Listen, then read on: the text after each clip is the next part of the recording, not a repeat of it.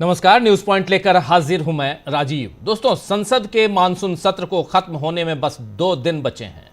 13 अगस्त को सत्र खत्म हो जाएगा, लेकिन इन 3 हफ्तों में अब तक एक भी दिन ऐसा नहीं बीता जब सत्ता पक्ष और विपक्ष के बीच गतिरोध न हुआ हो। बल्कि आज तो एनडीए के सांसद विपक्ष की नकल करने लगे, यानी वो भी संसद परिसर में खड़े होकर नारेबाजी करने लगे। एनडीए की नारेबाजी राहुल गांधी के लिए थी और उनका सवाल था कि राहुल गांधी झारखंड क्यों नहीं जाते हैं। एनडीए सांसदों की इस नारेबाजी पर प्रियंका गांधी ने जो कुछ कहा है, जरा सुन लीजिए। प्रियंका गांधी क्या कह रही हैं, सुनिए। ऊपर यहाँ आक्षेप लगाना महाराष्ट्र पक्ष कह रहा है कि पहली बार मैंने देखा है कि सरकार के एमपी प्रदर्शन कर रहे हैं, तो इतना तो हमने मजबूर कर लिया इनको। अब आए स्टेटमेंट दें।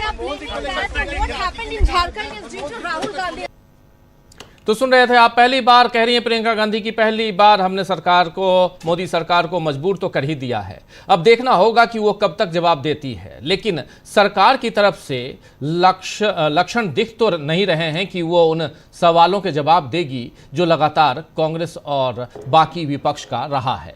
बीजेपी अपने बचाव में झारखंड का मुद्दा खड़ा कर देती है। झारखंड में भी परीक्षा में गड़बड़ी पर बड़ा छात्र आंदोलन खड़ा हो चुका है, तो बीजेपी और उसके साथी दल यहां राहुल गांधी को घेर रहे हैं, उनसे झारखंड पर जवाब मांग रहे हैं। हालांकि राहुल गांधी ने सोमवार को एक प्रेस कॉन्फ्रेंस कर साफ कहा कि झारखंड में प्रदर्शन कर रहे छात्रों पर पुलिस ने जो कार्रवाई की वो ठीक नहीं है और वो भी यानी राहुल गांधी भी इस तरह की हिंसा का समर्थन नहीं करते हैं। इससे पहले राहुल गांधी ने बाकायदा आंदोलनकारी छात्रों से फोन पर बात भी की थी। प्रियंका गांधी ने आज नारेबाजी करते हुए बीजेपी के जो सांसद थे उन सांसदों को भी ये सुनाया कि आखिर आप कर क्या रहे हैं। प्रियंका गांधी उन सांसदों के बीच गई जो सांसद बीजेपी के राहुल गांधी के खिलाफ नारेबाजी कर रहे थे। सुनिए। आपको लगता है, मैम लगता है कि राहुल जी डर रहे हैं? शर्म करो राहुल गांधी, शर्म करो, शर्म करो, शर्म करो। राहुल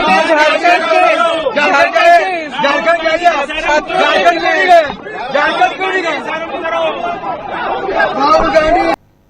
तो सुन रहे हैं आप, यहां पर राहुल गांधी झारखंड चल जाओ और शर्म करो के नारे यहां लग रहे हैं। इधर पवन खेड़ा ने भी अमित शाह के चाणक्य होने के दावे की जोरदार धज्जियां उड़ाई हैं। सुनिए जरा पवन खेड़ा को।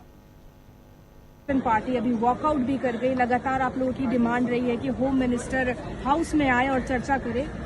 अब 2 ही दिन बचा है सत्र का, क्या होगा? पूछिए गृह मंत्री से, ये डर किस बात का है? नौजवानों के सामने आने से डरते हैं, नौजवानों के जो प्रतिनिधि हैं विपक्ष में उनके सामने आने से डरते हैं, सदन में आने से डरते हैं।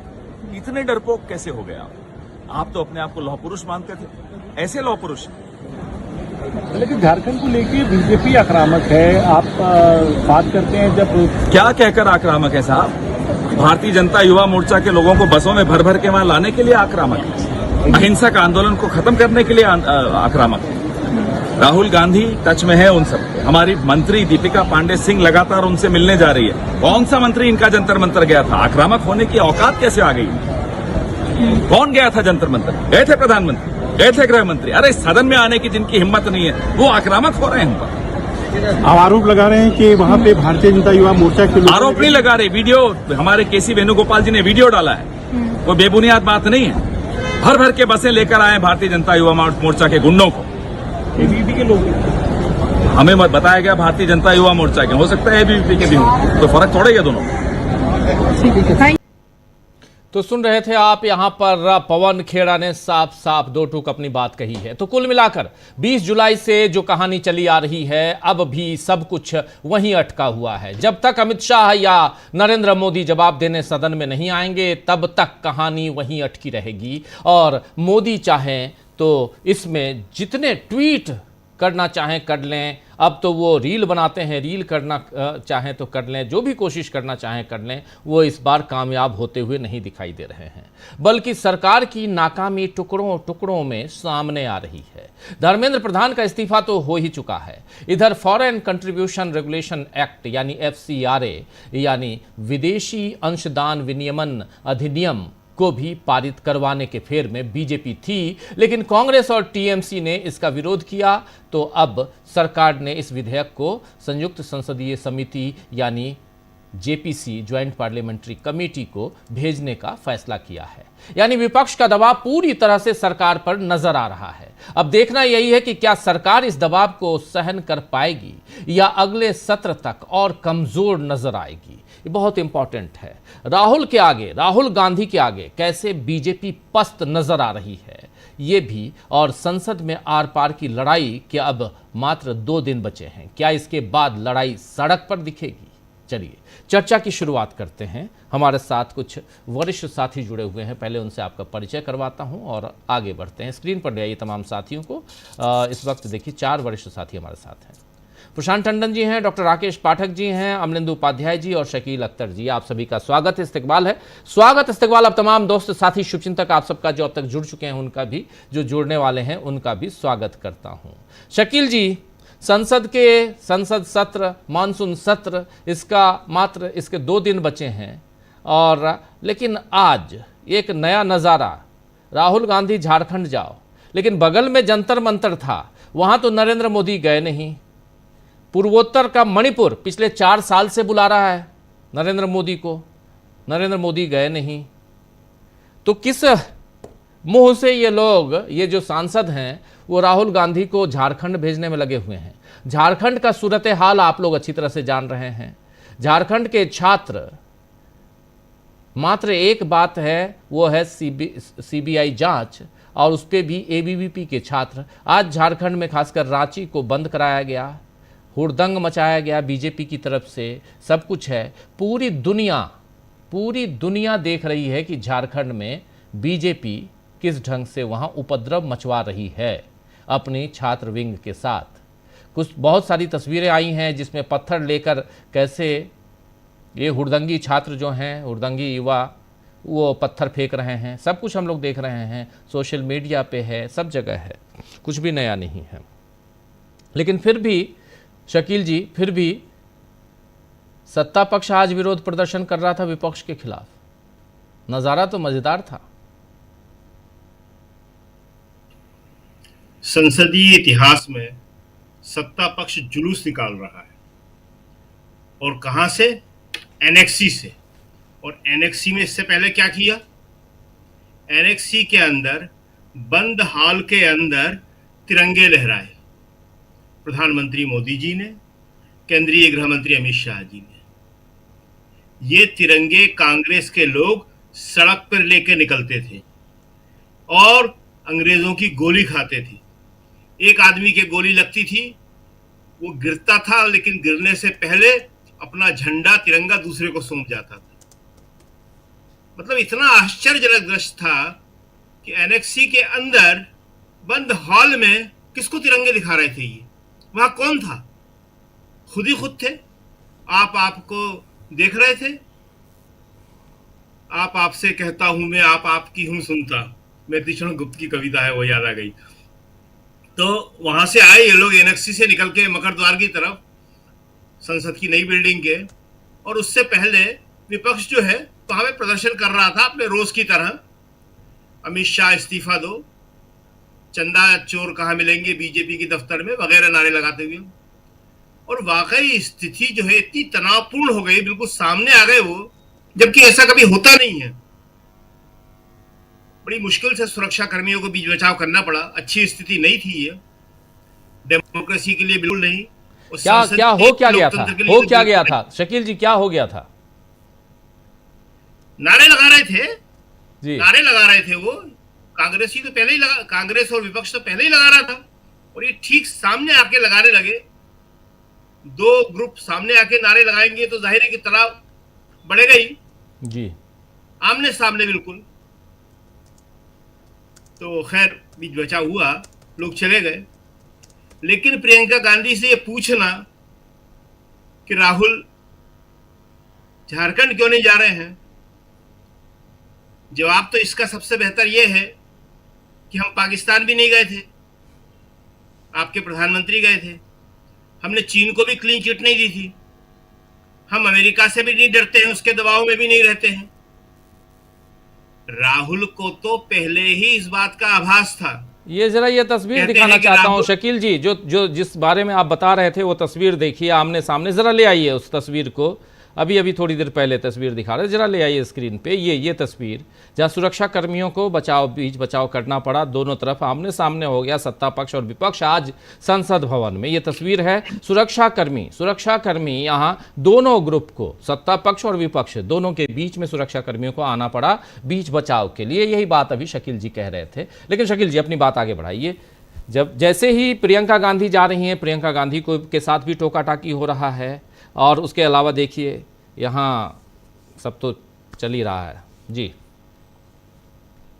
तो हम कह रहे थे कि राहुल को कहा जाता है कि राहुल पहले से बता देते हैं कि ये होने वाला है, पूर्वानुमान, जनता की नब्ज जानना, जमीन की राजनीति जानना, कि मोदी जो है काले किसान बिल वापस लेंगे, उन्होंने पहले बता दिया था। तो उन्हें ये कल मालूम पड़ गया था कि ये बीजेपी वाले यही सवाल मुझसे करने वाले हैं, कांग्रेस से करने वाले हैं।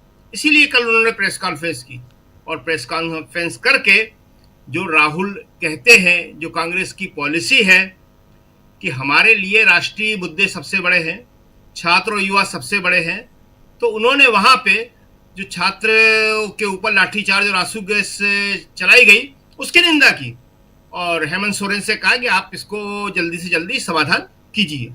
अब आप यहाँ कह रहे हैं कि राहुल रांची क्यों नहीं जाते। नेहा बोरा से भी यही कहा था इन लोगों ने, और नेहा बोरा तो नई लड़की है, युवा। नेहा बोरा क्यों नहीं जाती है? वो चली गई, जब गई तो उस पर काली स्याही फेंकी गई, और जब फेंक दी गई तो उसके बाद क्या कहा गया कि आई क्यों थी। मतलब चित्त भी मेरी पट्ट भी मेरी।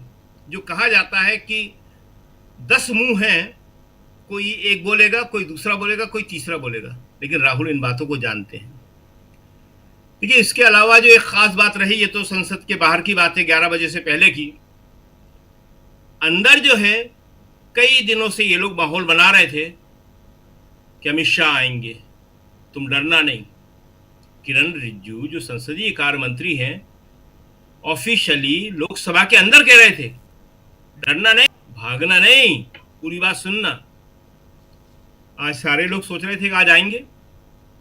आज जो है उनके मंत्रालय का एक बिल लगा हुआ था, सहकारी, लेकिन वो उनके जूनियर ने, राज्य मंत्री ने पेश किया उसको, मुरलीधर मोहल ने, राष्ट्रीय सहकारी विकास निगम संशोधन विधेयक था, बोल के किया कि अमित शाह जी का है, अमित शाह जी के बिहाफ पे मैं पेश कर रहा हूं। अपने बिल को पेश करने भी नहीं आए।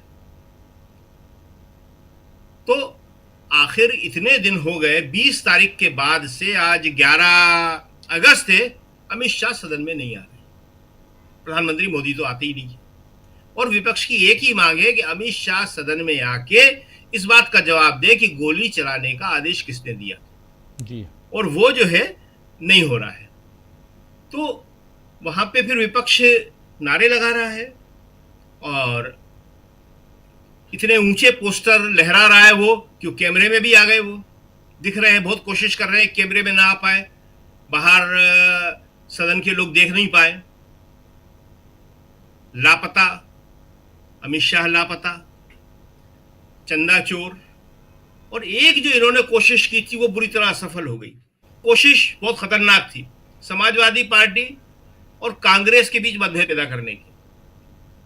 2 दिन से प्रचार कर रहे थे कि समाजवादी पार्टी का मुख्य मुद्दा चंदा चोरी है और कांग्रेस का है छात्र वाला, ये एक बात नहीं हो सकते। लेकिन कल राहुल ने भी कहा कि 3 मांगों में से 2 तो यही है हमारी, एक चंदा चोरी वाला और दूसरा छात्रों के आंदोलन वाला, और आज संसद में भी कहा। तो ये जो है विपक्ष बहुत अपने तेवरों के साथ कायम है। 2 दिन बचे हैं, आज भी लोकसभा नहीं चल पाई, राज्यसभा में कुछ सरकारी काम वो कर रहे हैं, जो लोकसभा से बिल पास होके जा रहे हैं शोर शराबे में, उसको पास वो कर रहे हैं, क्योंकि वहां पे जो है विपक्ष वॉकआउट कर रहा है, लगातार वॉकआउट कर देता है वो, तो उन्हें सुविधा हो जाती है, तो अपने बिल वगैरह पास कर लेते हैं। बुधवार और गुरुवार देखते हैं। सबसे बड़ा सवाल एक ही है उसमें कि अमित शाह सदन में आते हैं या नहीं। जी जी जी, बिल्कुल बिल्कुल। दो बिल आज अमित शाह को पेश करना था संसद में। जरा स्क्रीन पर तमाम साथियों को ले आइए। संसद में दो बिल पेश करना था। एक केरल का जो नाम बदला है, केरलम हुआ है, वो बिल ये भी अमित शाह को पेश करना था। और दूसरा बिल जो national cooperative development corporation amendment bill 2026, ये दोनों बिल को पेश करना था अमित शाह को। अमित शाह नहीं आए। हालांकि दोनों बिल पास हो गए, लेकिन फिर भी अमित शाह नहीं आए तो आप समझ लीजिए कि अमित शाह क्यों नहीं आ रहे हैं और उनकी ढाल बन के। अच्छा, दूसरी चीज़ आपने देख लिया, तस्वीर आप लोगों को थोड़ी देर में दिखा देता हूं कि बंद कमरे में, बंद हॉल में तिरंगा लहरा रहे हैं प्रधानमंत्री, गृह मंत्री, तमाम लोग तिरंगा लहरा रहे हैं। आज वो दृश्य भी है। डॉक्टर राकेश पाठक जी, जरा आपके पास आना चाहता हूं। और एक इशू हवा बनाया गया। देखिए, बगल में जंतर मंतर पे सांप सूंघ गए इन लोगों को, ये गोदी मीडिया को। एक लाइन नहीं, 20 तारीख को पूरी दुनिया डीबी लाइव देख रही थी। किसी को फुर्सत नहीं कि जंतर मंतर पे छात्रों को पीटा जा रहा है, घसीटा जा रहा है, पायलट गन चलाए जा रहे हैं, लाठियों में कील लगाकर बच्चों को मारा जा रहा है, सिर फोड़े जा रहे हैं। सब कुछ हुआ, लड़कियों के साथ बदतमीजियां की जा रही हैं, सब हुआ। लेकिन ये दिखाते इस गोदी मीडिया को, इस देश की कलंक मीडिया को, ये समझ में नहीं आया। और अब जो है इनको झारखंड दिन रात दिखाई दे रहा है। वहां भी झारखंड में ये नहीं दिखाई दे रहा है कि भगवा झंडा लिए हुए या गले में भगवा पटका डाले हुए, गमछा डाले हुए, हाथ में पत्थर लिए हुए लोग जो पत्थर बरसा रहे हैं पुलिस के ऊपर, वो कौन लोग हैं यही दिखा दें, ये भी नहीं दिखा रहे हैं। अच्छा, कुछ लोगों के पोल भी खुल रहे हैं। कुछ लोग बड़े सिंपैथाइजर बनते थे इनके, विपक्ष के, जो गोदी मीडिया से गए हुए, हाथ में आजकल यूट्यूब चैनल लेके जो घूम रहे हैं, वो लोग भी काफ़ी हैं डॉक्टर साहब। वो लोग भी वहाँ जाके उनकी रंगत दिखाई दे रही है। हमारे रिपोर्टर हैं वहाँ पे, हमारी पूरी टीम है, और हम लगातार अभी थोड़ी देर में फिर जोड़ेंगे, लगातार वहाँ की रिपोर्ट बता रहे हैं। तो ये जो दोहरा चेहरा, और अगर उधार लो गिरिराज सिंह से, जो राहुल गांधी के लिए बोल रहे थे कि दोगला चेहरा, राहुल गांधी के लिए दोगला वर्ड यूज कर रहे थे, तो उन्हीं से उधार लेते हुए इस शब्द को, ये जो दोगलापन है वो समझ में नहीं आ रहा है मीडिया का भी और पॉलिटिशियंस का भी। कैसे आप देखते हैं इसको? धीरे धीरे सबको समझ में आ रहा है। हम उस शब्द का प्रयोग करने से बचना चाहेंगे, उसे हम अखंड पाखंड कहते हैं राष्ट्रीय स्वयंसेवक संघ का। झारखंड पर आएंगे, लेकिन आज जो एनेक्सी में स्कूली बच्चों की तरह तिरंगे ऐसे लहराए गए, प्रधानमंत्री, गृह मंत्री, सब के सब लोग मंगल मिलन में तिरंगा लहरा रहे थे, उन्हें कुछ तारीखें याद दिला देते हैं सर। 14 जुलाई 1946 नागपुर में गुरु पूर्णिमा का दिन था। उस पर्व पर सरसंघ चालक गुरु गोलवलकर का उद्बोधन हुआ था। 1946 में, आजादी से भी ठीक एक साल पहले, गुरु गोलवलकर अपने मुख्य अतिथि की आसंदी से दिए गए भाषण में कहते हैं, भगवा ध्वज समग्र रूप से भारतीय संस्कृति का प्रतिनिधित्व करता है। ये ईश्वर का अवतार है। अंत में समस्त हिंदू समाज इसके सामने झुकेगा। भगवा ध्वज को, तिरंगे को खारिज कर रहे थे। आजादी के ठीक एक दिन पहले 14 अगस्त 1947 को ऑर्गेनाइजर, जो संघ का मुखपत्र है, वो लिखता है कि ये किन प्रकार सत्ता में आ गए लोगों ने, संयोग से सत्ता में, भाग्य से सत्ता में आ गए लोगों ने तिरंगे को राष्ट्र ध्वज के रूप में स्वीकार कर लिया है, लेकिन ये अशुभ है। 3 का अंग, 3 रंग भारतीय संस्कृति में अब अशुभ और अपशकुन माने जाते हैं जी। समग्र हिंदू समाज इस तिरंगे को कभी स्वीकार नहीं करेगा और अंत में भगवा ध्वज के नीचे ही आएगा। 14 अगस्त 1947।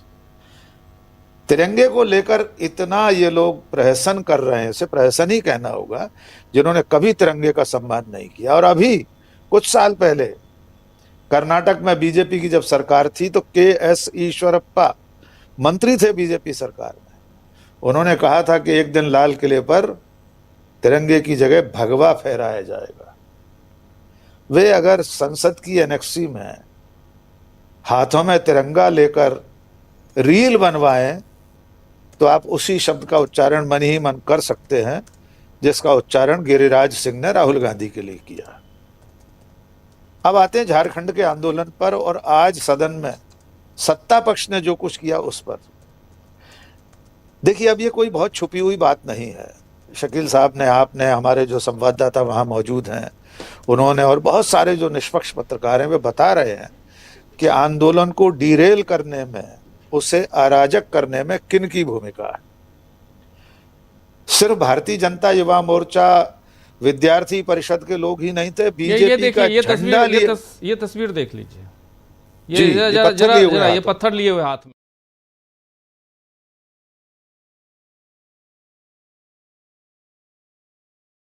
ये बीजेपी का झंडा है पीछे, ये देखिए पूरा बीजेपी का झंडा है। ये देख लीजिए कौन लोग पत्थर मार रहे हैं। तो ये साफ है डॉक्टर साहब। ये तस्वीरें नहीं चाहता हूं दिखाना, ऐसी ढेरों तस्वीरें हमारे कैमरे में कैद हैं। हमारे रिपोर्टर ने वहाँ, अपने रिपोर्टर जो वहाँ हैं, पंकज कुमार और पूरी टीम है, वो सब, हमने तो बिहार से भी अपने रिपोर्टर को वहाँ शिफ्ट कर दिया है कि जरा ऐसे लोगों को कैद करो। पटना से भी और झारखंड में तो है ही। जी बिल्कुल, हम सच दिखा रहे हैं देश को। देखिए राजीव जी, इस तरह के जो संगठन और सत्ताएं होती हैं उसका एक मोडस ऑपरेंडी होता है कि वो अपने क्रियाक्रम को, अपनी गलतियों को छुपाने के लिए हमेशा एक दूसरे की तैयारी करती है, उसके लिए साजिशें रची जाती हैं। और ऐसा करते हुए जो समाज का निष्पक्ष और तार्किक तबका है उसके ऊपर एक मानसिक दबाव डाला जाता है। हम और आपसे भी सोशल मीडिया पर कल से लोग पूछ रहे हैं झारखंड पर क्यों नहीं लिखा, झारखंड में लाठी चली उस पर क्यों नहीं लिखा। लिख दिया हमने, चलिए अब आप लिखकर दिखाइए 20 जुलाई पर। तो ये जो मानसिक दबाव में लाकर समाज के उस तबके को दबाव में लाकर उसकी प्रतिक्रिया निकलवाई जाती है और अंत में उसका असली मुजाहरा होता है संसद में। जो सत्ता, जो सरकार, जो गृह मंत्री, बीजेपी के जो सांसद ऐन दिल्ली में संसद से 4 कदम दूरी पर पैलेट गन चलने पर गुड़ खाए बैठे रहे, अब वे टीयर गैस और लाठीचार्ज पर, झारखंड पर राहुल गांधी से जवाब मांग रहे हैं। बहुत अच्छी बात है, रास्ता भी बता रहे हैं। राहुल गांधी समर्थन वापस ले लें उस सरकार से, इस्तीफा मांग लें हेमंत सोरेन का। चलिए राहुल गांधी वो भी कर लेंगे। उससे पहले 20 जुलाई की तारीख तो 10 अगस्त से पहले आई थी ना, तो पहले अमित शाह इस्तीफा दे दें, प्रधानमंत्री माफी मांग लें, कांग्रेस ले लेगी समर्थन वापस। ये कांग्रेस जाने, लेकिन जो रणनीति है, जो इस पूरे प्रदर्शन के पीछे असली मंशा है कि अपने गोदी मीडिया, भोंपू मीडिया, जो देश और लोकतंत्र का असली दुश्मन है, आपने ठीक कहा, उसके जरिए देश के सामने संसद का ये विरोध प्रदर्शन, शकील साहब ने लिखा भी है, हम और आपने सबने लिखा और कह रहे हैं, संसदीय इतिहास में पहली बार है कि सत्ता में बैठी पार्टी के सांसद बैनर लेकर प्रदर्शन कर रहे हैं। और बुला किसे रहे हैं, जवाब किसका मांग रहे हैं? नेता प्रतिपक्ष का। मानो नेता प्रतिपक्ष झारखंड का मुख्यमंत्री हो, मानो नेता प्रतिपक्ष देश का गृह मंत्री या प्रधानमंत्री हो। तो ऐसा करते हुए वे लोगों के दिलो दिमाग में से अपनी कथनी करनी को भुलवाना चाहते हैं। सरकार चाहती है लोग 20 जुलाई को भूल जाएं। सरकार चाहती है लोग राम मंदिर की चंदा चोरी, चढ़ावट, डकैती को भूल जाएं, राहुल गांधी को खलनायक बना दें। लेकिन वो किस तरह नाकाम हो रहे हैं इसका प्रमाण भी सोशल मीडिया पर मिल जाता है। हम और आपने संसद के प्रदर्शन की अगर वीडियो की क्लिपिंग डाली है, 1000 कमेंट हैं तो 999 बीजेपी, मोदी, शाह को ही गरियाने वाले कमेंट हैं। क्योंकि लोग समझ रहे हैं कि सरकार पतली गली ढूंढ रही थी। अमित शाह कल तक नहीं आ रहे थे सदन में, कल जैसे ही लाठीचार्ज हुआ, टाइमिंग देख लीजिए, किरण रिजिजू जी आ गए, फिर जेपी नड्डा आ गए, धमकाने वाले शब्दों में, ललकारने वाले शब्दों में। अरे सदन में आ रहे हैं तो कोई एहसान कर रहे हैं। विपक्ष सुन नहीं पाएगा, कांग्रेस सुन नहीं पाएगा, आतंकवादी कांपते हैं। अरे देश का गृह मंत्री क्या AK-47 चलाने वाला है सदन में कि कनपट्टी पर बंदूक रख दी जाएगी नेता प्रतिपक्ष के, वो सुन नहीं पाएगा? आप अपने तर्क रखिए, विपक्ष को अपनी बात कहने दीजिए। लेकिन चूंकि उनके पास तर्क नहीं है, जवाब नहीं है कि पैलेट गन किसके कहने से चली, किसके इशारे से, किसकी मंशा से, किसकी सहमति से सिविल क्लॉथ में गुंडे पुलिस के साथ लोगों को मार रहे थे, जवाब नहीं है।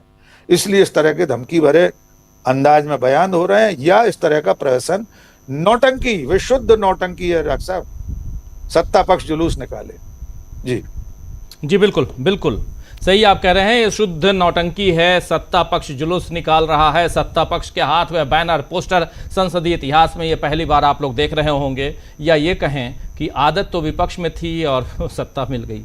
लेकिन चलिए, हमारे साथ प्रोफेसर अखिल स्वामी जी भी जुड़ गए हैं। स्वामी जी, आपका स्वागत है, इस्तकबाल है इस कार्यक्रम में। जल्दी से प्रशांत जी आपके पास आता हूं, फिर स्वामी जी आपके पास। प्रशांत जी, यहाँ झारखंड को भी एक मुद्दा बनाया गया है संसद में। आज झारखंड, राहुल गांधी जो 20 तारीख से लगातार, और विपक्ष 20 तारीख से लगातार अमित शाह को घेर रहा है, अमित शाह से अकाउंटेबिलिटी की बात कर रहा है। राहुल गांधी ने कल द हिंदू अखबार में अपना आर्टिकल भी लिख दिया, सब कुछ उसमें भी खुल के वही बातें। उसके बाद कल शाम को राहुल गांधी और मल्लिकार्जुन खड़गे दोनों ने प्रेस कॉन्फ्रेंस कर ली। झारखंड पर क्लियर अपनी बात रख दी राहुल गांधी ने, मीडिया के पूछे हुए सवालों का जवाब, उसके अलावा ट्वीट, सब कुछ कर दिया। वहाँ पर छात्रों से राहुल गांधी ने बात भी की, सब कुछ है।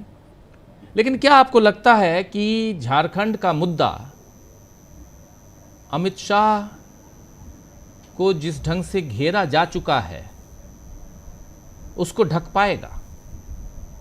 उससे अलग हो पाएगी बीजेपी? अपने आप को यहाँ छुटकारा दिला पाएगी झारखंड के मुद्दे से? तो बहुत मुश्किल है। होना होता तो आज हो गया होता राजीव जी। और जी अगर अमित शाह को आना होता तो आज ही आ जाते, और वो आज आए नहीं, आज भाषण नहीं दिया, बड़ी चर्चा थी। झारखंड पे मैं बात रखूंगा सेकंड राउंड में, लेकिन पहले जरा अमित शाह की बात कर ली जाए। राहुल गांधी ने, जिसको कहा जाए कि बहुत स्मार्ट पॉलिटिक्स के लिए, राहुल गांधी का इरादा है कि गुजराती जोड़ी को कमजोर किया जाए, तो वो अमित शाह को सिंगल आउट कर रहे हैं।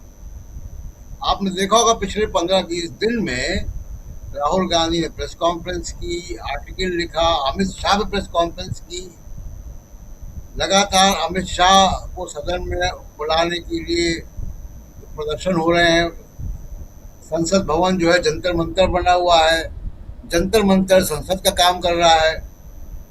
उसने अविश्वास प्रस्ताव पारित कर दिया नरेंद्र मोदी के खिलाफ। तो ये जो रोल रिवर्सल है, ये बड़ा दिलचस्प है भारत की राजनीति में। लेकिन राहुल गांधी की पॉलिटिक्स को जरा आप समझिए। अमित शाह पे इतना जोर अगर दब पड़ रहा है, तो कौन कौन बीजेपी में खुश हो रहा होगा? योगी आदित्यनाथ, राजनाथ सिंह,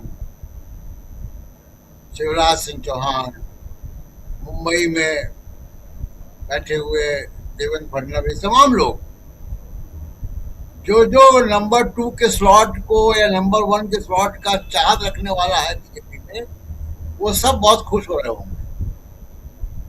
और नरेंद्र मोदी को भी थोड़ी सी राहत मिली हुई है कि फालिंग लाइन में अमित शाह है, वो नहीं है फिलहाल। तो राहुल गांधी ने बड़ी स्मार्ट पॉलिटिक्स ये की है कि गुजराती जोड़ी में थोड़ा सा जो है इनको अलग किया जाए पहले, और उसमें वो कामयाब हो गए। अब अमित शाह अकेले हैं, उनको डिफेंड करना है, उनको संसद को बताना है कि लाठीचार्ज के 3 दिन पहले पुलिस कमिश्नर सतीश गोलचा को क्यों हटाया था 20 टेन्योर में। उनको ये जवाब देना है कि पैलेट गन का जो ऑर्डर था वो किसने दिया था, ये बगैर नेम प्लेट के पुलिस वाले क्यों थे वहां पे। उनको जवाब देना है कि लाठियों में कीलें किसने लगाई थी। तमाम तरीके के जवाब उनको संसद को देने हैं। और अमित शाह को जितने गौर से संसद सुनेगी, उससे 5 गुना ज्यादा गौर से संसद के बाहर जो जेन जी है, जिसने लाठियां खाई हैं, जो छात्र है, जो युवा है देश का, वो सुनेगा। चाहे वो पटना में हो, चाहे वो बेंगलोर में हो, चाहे वो कलकत्ता में हो, चाहे मुंबई में हो, चाहे दिल्ली में हो। तमाम यूनिवर्सिटीज, इलाहाबाद, तमाम यूनिवर्सिटीज के छात्र सुनेंगे कि अमित शाह ने सफाई क्या दी है। तीनों लगी लाठियों पर, पैलेट गन पे, आंसू गैस पे, लड़कियों को जो है वो डंडा मारने से उनके प्राइवेट पार्ट्स में, इस पे लोग इंतजार करेंगे। तो इसमें राहुल गांधी बहुत कामयाब हो गए कि अमित शाह को उन्होंने फायरिंग लाइन में लाके खड़ा कर दिया।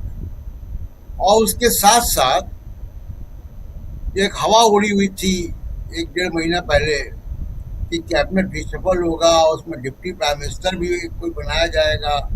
अमित शाह का नाम बड़े जोरों से चल रहा था, वो भी मामला अब अधर में अटक गया। तो तमाम चीजों से जो है ये राहुल गांधी की स्मार्ट पॉलिटिक्स है, और इसमें ये ट्रैप में आ गए। अगर आकर जवाब दे देते तो शायद इतनी मुश्किल नहीं होती, लेकिन अब जितना वो देर कर रहे हैं उतना वो नैरेटिव उनके खिलाफ सोशल मीडिया पे, मीडिया में बनता हुआ नजर आ रहा है। अमित शाह कोई मास लीडर नहीं है, मैं पहले भी कह चुका हूँ। उनकी ताकत जब तक है, जब तक पुलिस उनके साथ है, जब तक पुलिस उनके मातहत है, चाहे वो गुजरात में थे तब भी और जब ये दिल्ली में है तो भी, वो तभी तक ताकतवर हैं। उनके पास अपनी ऐसी कोई आधार या सपोर्ट बेस नहीं है। भले ही वो मीडिया में एक पब्लिसिटी स्टंट है कि चाणक्य है और बड़ा, तो चाणक्य साहब कहाँ गायब है। मैं तो कहूँगा कि इस वक्त चाणक्य का रोल तो राहुल गांधी निभा रहे हैं। उन्होंने अमित शाह को फायरिंग लाइन में रख दिया, FCRA का बिल लाए, उसमें तमाम समर्थन इनका जो है कमजोर हो गया। चाहे वो DMK से बातचीत चल रही थी, FCRA के बिल के चक्कर में उसमें वो खराबी हो गई, डिलिमिटेशन अटक गया। डिलिमिटेशन अब इस सत्र में नहीं, इस सत्र में नहीं आ पाएगा। जो आखिरी एक जिसको कहें कि ट्रम्प कार्ड मोदी जी के पास एक बचा है कोई, वो डिलिमिटेशन बचा है, जिसकी उम्मीद बड़ी कम है, लेकिन फिर भी इस सत्र में नहीं आ पाएगा। उनको मैंडेट नहीं मिल पा रहा है। तो अमित शाह जो है वो केंद्र में है, और ये राहुल गांधी की स्ट्रेटजी यहाँ पे हमको कामयाब होती हुई नजर आती है कि अमित शाह को घेरो, गुजराती जोड़े को कंट्रोल करो और बीजेपी में तमाम सारे लोगों को खुश करो। जी बिल्कुल बिल्कुल, आप सही कह रहे हैं कि यहाँ पर दोनों यानी अमित शाह और नरेंद्र मोदी को घेरने की रणनीति में सफल होते हुए यहाँ विपक्ष और खासकर राहुल गांधी दिखाई दे रहे हैं। जल्दी से प्रोफेसर अखिल स्वामी जी आपके पास आता हूँ, और उधर रांची से हमारे साथी जुड़ चुके हैं, जरा उनसे भी बात करेंगे। और स्वामी जी, आप कैसे देखते हैं, क्या यहाँ पर सचमुच घेर चुके हैं नरेंद्र मोदी को, अमित शाह को, या ये जल्दबाजी होगी? कुछ कहना स्वामी जी। को इंटरेस्ट इस बात में है जानने का कि जब बच्चे जंतर मंतर में बैठे हुए थे और वार्ता के लिए बुला रहे थे, और धर्मेंद्र प्रधान का केवल इस्तीफा मांग रहे थे, इसके अलावा कुछ नहीं मांग रहे थे, और उसके बाद उनसे वार्ता नहीं की गई, कोई डेलीगेशन उनसे जाके नहीं मिला, और उसके बाद सोनम वांगचुक को उठा के ले गए, और उसके बाद आपने देखा कि 20 तारीख को कैसी बर्बरता मेरे बच्चों के साथ हुई। देखिए, हम ये जानना चाहते हैं, किसको एडवांटेज होगा, किसको डिसएडवांटेज होगा।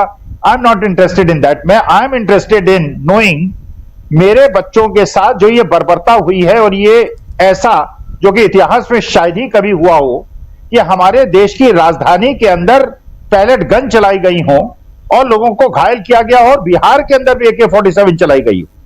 तो मैं ये जानना चाहता हूं, और एक प्रश्न राहुल गांधी केवल एक प्रश्न पूछ रहे हैं जो पूरा देश पूछना चाह रहा है, और जो प्रशांत जी ने कहा, देखिए जो अमित शाह जी जवाब देंगे इसकी रिएक्शन विद इन 1 आवर आप देखिएगा हमारे देश के जनजी कैसे देंगे।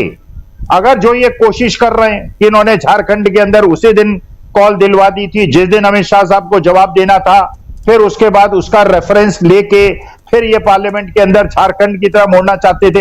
देखिए, अब ये विपक्ष का सवाल नहीं है, अब ये राहुल गांधी का सवाल नहीं है, अब ये सवाल है हमारे देश के करोड़ों जेनजी एक एक चीज को बड़े ध्यान से देख रहे हैं।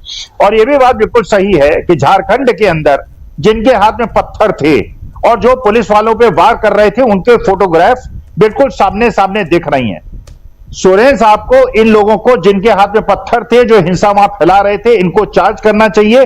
और शुरुआत हो गई है। एक पत्रकार साहब को जैसे अरेस्ट किया गया, फिर उनसे पूछताछ हुई। और केरला के अंदर भी एक साहब ने इतना गंदा स्टेटमेंट एक आरएसएस वाले ने दिया था लड़कियों के बारे में, बेटियों के बारे में, उनको भी चलिए अरेस्ट कर लिया गया, अच्छी बात है। देखिए, हम ये चाहते हैं। और एक, राजीव जी, आपको शायद खबर मिल गई होगी, बिहार के अंदर छात्रों ने एक समन्वय समिति बना ली है कि अलग अलग परीक्षाओं के पेपर लीक होने पर अलग अलग आंदोलन न चले, केवल एक आंदोलन चले। और उन्होंने 13 तारीख की उसकी कॉल भी दे दी है। अब आप देखिए, एक दूसरे की लाइन को छोटा करने के चक्कर में पहले जंतर मंतर के अंदर आपने अन्याय किया, क्रूरता की, बच्चों को पीटा मारा, उसके बाद उसका पैरेलल खड़ा करने का आपने झारखंड के अंदर प्रयास किया। भाई, मैंने भी अपने युवा जीवन में, मैंने भी बहुत सारे छात्र आंदोलन, युवा आंदोलन में पार्टिसिपेट किया है। लाठीचार्ज तो नॉर्मल है, लाठीचार्ज तो होता है। आपको ये भी पता है, जो वाटर कैनन चलाया जाता है, एक तो वेलोसिटी के साथ चलाया जाता है, जो हरियाणा के अंदर दीपेंद्र हुड्डा पे चलाया था, जैसे उनके आगे फूट जाए, और एक वाटर जो कैनन चलाया जाता है वो धीरे गति से चलाया जाता है, किसी को नुकसान ना हो, और यह है कि लोगों को एक डिटरेंस हो जाए कि वो भीड़ से हट जाएं। अब प्रश्न उठता है, अगर बिहार के अंदर ये आंदोलन शुरू हो गया, आप देख रहे हैं राजस्थान के अंदर मूक और बधिर, इसका मतलब यह है कि देश का हर स्टेट अब, और ये जागृत हो गया, जिससे मैं खुश हूं। मेरे देश के युवाओं को यह अधिकार है, बल्कि उनका कर्तव्य है। अगर यूनिवर्सिटी, कॉलेजेस के अंदर, स्कूल के अंदर टीचर नहीं पढ़ाते हैं, क्लास में नहीं आते हैं, उनके खिलाफ आंदोलन करें, ये सिद्ध करें कि वो क्लास में नहीं आए थे, उनको नौकरी से निकलवाएं। क्योंकि मेरे देश के युवाओं की पढ़ाई, उनकी शिक्षा, उनके माता पिता जब उनको स्कूल, कॉलेज, यूनिवर्सिटी में भेजते हैं, बड़ी आशाओं के साथ भेजते हैं, तो इसलिए वो हमारे बच्चे हैं। और वो बच्चे, अगर उनपे ये सरकार, अगर उन्हें मिड डे मील में अगर बिल्कुल पानी वाली दाल खिलाती है और खराब खाना खिलाती है, उनके अगर स्कूल के अंदर टॉयलेट्स नहीं होते हैं, अगर पंखे नहीं चलते हैं, और अगर व्यवस्था में भ्रष्टाचार है, तो मैं ये चाहता हूं कि हमारे देश में एक बार हमारे देश के पूरे युवा और उनके बुजुर्ग, उनके परिवारजन उनका साथ दें। और हमारे देश की पूरी, अगर हमारे देश में विश्व गुरु बन सकता है पूरे विश्व के अंदर, केवल एक कंडीशन में बन सकता है कि हमारे देश की शिक्षा व्यवस्था सुधर जाए, हमारे बच्चों को नौकरी मिल जाए, और उनके अंदर अवसाद की जो भावना पैदा होती है, जब पढ़ लिख के उनको नौकरी नहीं मिलती, उसको दूर किया जाए। एक बार चलिए आर पार हो जाए। आपने जंतर मंतर के अंदर किया, हेमंत सोरेन को विधानसभा के अंदर जवाब देना चाहिए। और आपको पता होगा, हेमंत सोरेन ने लाठीचार्ज का कारण बताते हुए एक्सप्लेनेशन दे दिया है। अगर हेमंत सोरेन जवाब दे सकते हैं अमित शाह साहब से पार्लियामेंट के अंदर, देश की जनता और जनजी ये जानना चाहती है, उस दिन का जो ये आदेश हुआ था, बर्बरता हुई थी, और वहां पे पट्टे बांध के लोगों ने बिना पुलिस टैग के वहां पे लोगों को पीटा था, ये बताइए वो किसके आदेश से हुआ था? अगर आपके आदेश से हुआ था तो आपको इस्तीफा देना होगा, अगर आपके आदेश से नहीं होगा तो आपको ये बताना होगा किसके आदेश से हुआ था। उसके घर का घेराव पूरे हिंदुस्तान के जनजी करेंगे, क्योंकि उस दिन जो हुआ था, पूरे विश्व के अंदर हमारी बदनामी हुई थी, हमारी डेमोक्रेसी की बदनामी हुई थी, और ये दिखाया गया था किस प्रकार से हमारे बच्चे, जो एक डेमोग्राफिक डिविडेंड है, उनको बर्बरता से पीटने का काम हुआ था। हेमंत सोरेन ने जवाब दिया है, हेमंत सोरेन का जवाब देना चाहिए, ये उनका नैतिक कर्तव्य है, लोकतंत्र के अंदर वो जवाब दें, और यहां अमित शाह साहब को जवाब देना होगा। और अगर बिहार के अंदर 13 तारीख को देखते हैं क्या होता है, कैसे होता है, क्या संख्या में होता है, क्योंकि बिहार के अंदर भी जो बर्बरता हुई है वो जंतर मंतर की बर्बरता से कम नहीं हुई है, जहां AK-47 चली है, जहां पे गन्स चली है, और जहां पे घर घर जाके बच्चे और उनके माता पिता को आतंकित किया गया है। जी बिल्कुल बिल्कुल, आप सही कह रहे हैं, आतंकित किया गया। पंकज हमारे साथ सीधे रांची से जुड़ गए हैं, उसी जगह से जहां पर यह आंदोलन चल रहा है। आज रांची बंद का आह्वान बीजेपी की तरफ से किया गया था। पंकज, ये बताइए, पत्थर हाथ में लिए हुए बहुत सारी ऐसी तस्वीरें आई, बीजेपी के नेता और छात्र नेता ABVP के, ये सब कई तस्वीरें वैसी आ रही हैं, आपने भी अपने कैमरे में कैद करवाया है। ज़रा क्या कुछ कल से लेकर आज तक क्या चल रहा है झारखंड में, और इस आंदोलन को लेकर क्या कहना है वहाँ के लोगों का? देखिए, जिस तरह से आंदोलन छात्र कर रहे थे, लेकिन अब वो राजनीतिक मोड़ ले लिया है। कहीं ना कहीं देखिए, छात्रों की जो मांग थी वो मांग सरकार ने तो मान ली। अब रह गई जो CGL 2 के बारे में बात किया तो वो सिर्फ और सिर्फ जो है जो ABP BB के जो लोग हैं उनका ही जिद है कि ये मैंने रद्द होना चाहिए, लेकिन वो रद्द करने में सरकार के लिए थोड़ा दिक्कतें हो सकती है। कारण जो 2 साल पुराना मामला है उसमें कई जो छात्र है वो नौकरी कर रहे हैं। उसके बाद बीजेपी ने आज रांची बंद का आह्वान किया था और उन्हें जो है कि रांची में हल्का फुल्का बंदी का असर दिखा, लेकिन ऐसा कुछ नहीं रहा, बंद नहीं रहा, आवागमन चलते रहे और दुकानें भी बहुत सारे खुले रहे। बहुत सारी दुकानें खुली रही। ये बताइए कि इस आंदोलन का आप कह रहे हैं कि इसमें 2 पार्ट है और ये जो आंदोलनकारी छात्र हैं, खासकर देवेंद्र नाथ महतो, बाकी इन लोगों का क्या कहना है? आयशा भी है लेफ्ट विंग के और कॉकरोच जनता पार्टी से भी कुछ लोग पहुंचे हुए हैं। तो एक तो ये, दूसरा जो है वो ABVP और राइट विंग के जो छात्र हैं, सदस्य हैं, छात्रों के नेता हैं, उन लोगों का इन दोनों के बीच भी कॉन्फ्लिक्ट है क्या? और बातचीत में अभी आगे कब बातचीत होने वाली है, ऐसी कोई खबर? देखिए, अभी क्या कि सरकार अपनी ओर से वार्ता तो कई राउंड कर ली, जो उनको मानना था वो बातें उन्होंने साफ कर दी, प्रेस कॉन्फ्रेंस करके भी जानकारी दी। अब क्या है कि नेता हम या नेता वो 3 गुट में बटे हुए हैं। आयशा के लोग हैं, वो लोग अपना जो वार्ता हुई उसके बाद से वो टेंट के पास से हट गए हैं, उनकी टेंट अलग थी, वो लोग हट गए हैं। देवेंद्र नाथ महतो की बात करें तो देवेंद्र नाथ महतो को कल ही सरकार के द्वारा उनको हॉस्पिटल में भर्ती करा दिया गया, उनकी इलाज चल रही है। उसके बाद जो है कि उस टेंट में अब जो बचे हुए हैं कि शाम के टाइम में एक बार घूमने चलाना है, यहाँ पे प्रदर्शन हो रहा है, देखने आ जाना है, बस वही लोग आ रहे हैं। और ABVP का जो छात्र हैं वो लोग वहाँ पे डटे हुए हैं, लेकिन प्रशासन के द्वारा उन्हें भी हटाया जाएगा, क्योंकि जो मांगे थी वो बात मान ली गई है सरकार की ओर से। उनकी जो बात थी, अब CGL वाली बात है उसमें सरकार करिए कि हम जांच करेंगे। उसके बाद रह गई बात प्रदर्शन में, प्रदर्शनकारी जम्मू एंड कश्मीर की भी एक लड़की आई हुई थी, उसने उसका वो अगर झारखंड आती है प्रदर्शन करने के लिए, उसका क्या मायना? ये मामला तो झारखंड का है, झारखंड के लोगों के लिए है, लेकिन जम्मू कश्मीर से आना, बंगाल से आना, ये कोई तो उसी वाली बात नहीं लग रही थी, क्योंकि वो बाहर से आकर के एक आदमी है जिनको सरकार ने चिन्हित भी किया, वो येलो कलर का उनका पूरा बाल है, वो बैरिकेटिंग को हिला रहे हैं, लेकिन वो छात्र तो है नहीं, काफी उम्र के आदमी लग रहे हैं, उनकी उम्र कम से कम 50 के आसपास होगा, लेकिन वो जबरदस्ती कर रहे हैं, सर जाने दिए, छात्रों को उस्का रहे थे। तो इस तरह जो हुआ है कहीं ना कहीं तो लग रहा है कि ये अब राजनीतिक मोड़ ले रहा है। ये बताइए कि कल बैरिकेड्स तो काफ़ी लगाए गए थे, वो दिल्ली वाले बैरिकेड्स नज़र नहीं आ रहे थे जो दिल्ली में जंतर मंतर पे बैरिकेड्स लगाए गए थे 12-12 फीट ऊंचे और लोहे के, लेकिन वहाँ पर वो बांस की बल्लियाँ थी, लकड़ी के लगे हुए बैरिकेड्स थे। तो इसको तोड़ा गया और छात्र आगे गए। यहाँ पर पुलिस क्या कर रही थी? पुलिस ने ज्यादती की, पुलिस ने लाठियां भाजी, आंसू गैस के गोले छोड़े, वाटर कैनन का इस्तेमाल किया, पायलट गन का इस्तेमाल किया, क्या किया पुलिस ने जब ये तोड़े जा रहे थे? देखिए, लगातार पुराना विधानसभा से लेकर के नया विधानसभा तक लगातार बैरियर लगाए गए थे, कई जगह बैरियर लगाए थे, 8 से 10 बैरियर थे। जो भी बैरियर थे वो लगभग 2.5 से 3 फीट के ही बैरियर थे, और कटीला तार जो बैरियर था वो विधानसभा के पास था। लेकिन जितने भी बैरियर थे, छात्र उसको बस धक्का दे करके साइड करते गए, गिराते गए। पुलिस वहां पे खड़ी रही, पुलिस उनको समझाने की कोशिश की कि आप लोग ऐसा नहीं कीजिए, ऐसा नहीं कीजिए, बस इतना ही करते रहे।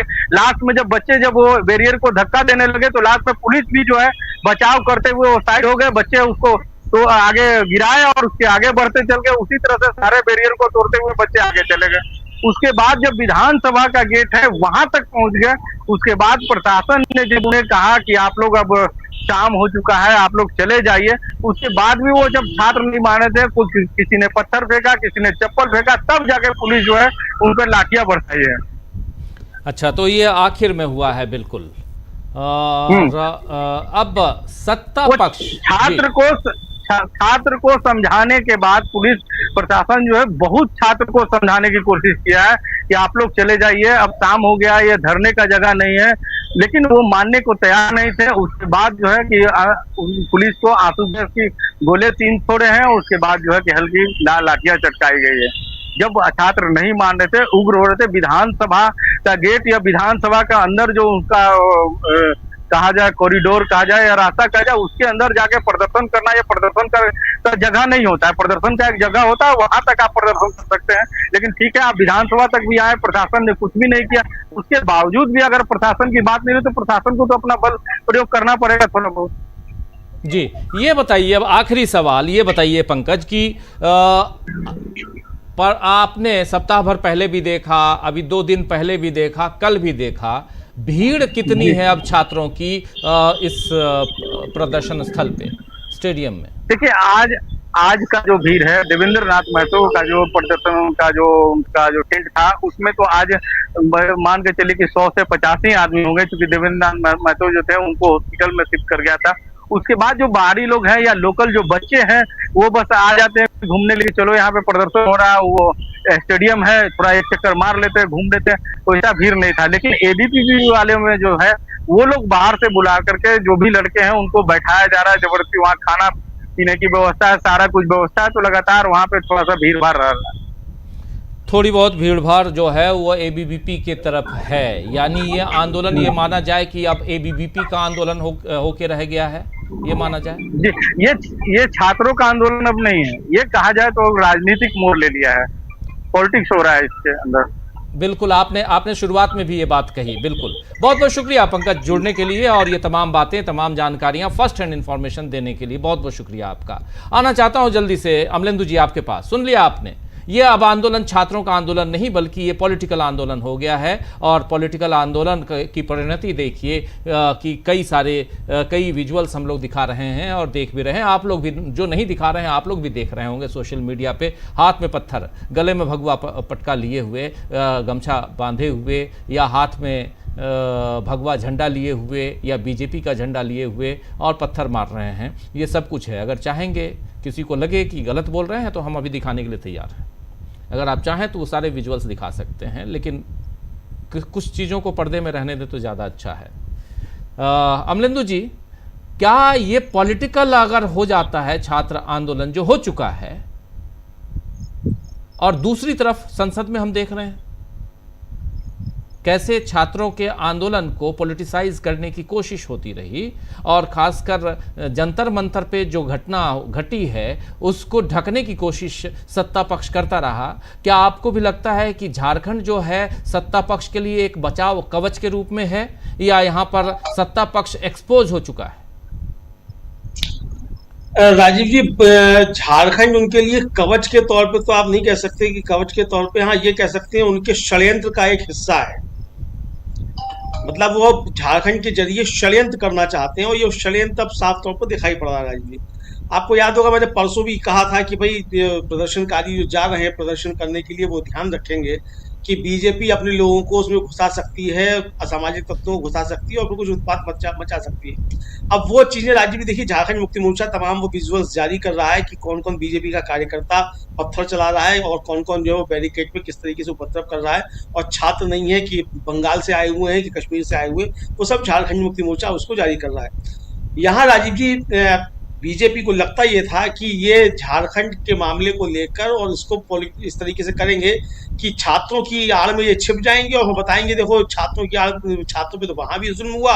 और राहुल गांधी यहाँ सवाल पूछ रहा हूं तो जो आज दिखाई भी पड़ा, जिस तरीके से आज भारतीय जनता पार्टी ने प्रदर्शन किया कि राहुल गांधी सदन में आओ और गृह मंत्री को सुनो, झारखंड को जवाब दो। अब राजीव जी, ये भी 70 सालों में पहली बार हो रहा है कि तमाम मंत्री जो हैं वो सदन के अंदर नहीं है और बाहर हैं और प्रदर्शन कर रहे हैं जी। और क्या कहने कि नेता विपक्ष सदन में आओ और आकर जवाब दो, और झारखंड में क्या आ रहा है उसको जवाब दो। अरे भाई, राहुल गांधी ना झारखंड के मुख्यमंत्री हैं, ना झारखंड के गृह मंत्री हैं, ना वहां के जेपीएससी के चेयरमैन हैं। राहुल गांधी क्या है जो आके जवाब दो? अच्छा, फिर राहुल गांधी सदन में आ जाएंगे, तुम्हारा जो स्पीकर है वो बोलने देगा राहुल गांधी को? मतलब आप बहस करते हैं, बिल लेकर आते हैं और राहुल गांधी से अपना जवाब दे रहे होते हैं, बिना जवाब सुने आप बिल पास करा देते हैं। 70 सालों में ये भी पहली बार होता है, और आप कह रहे हैं राहुल गांधी सदन में आओ, तो राहुल गांधी सदन में है ही। स्पीकर से कहो राहुल गांधी को बोलने दे, राहुल गांधी बोलेंगे, जंतर मंतर पर भी बोलेंगे, झारखंड पर भी बोलेंगे।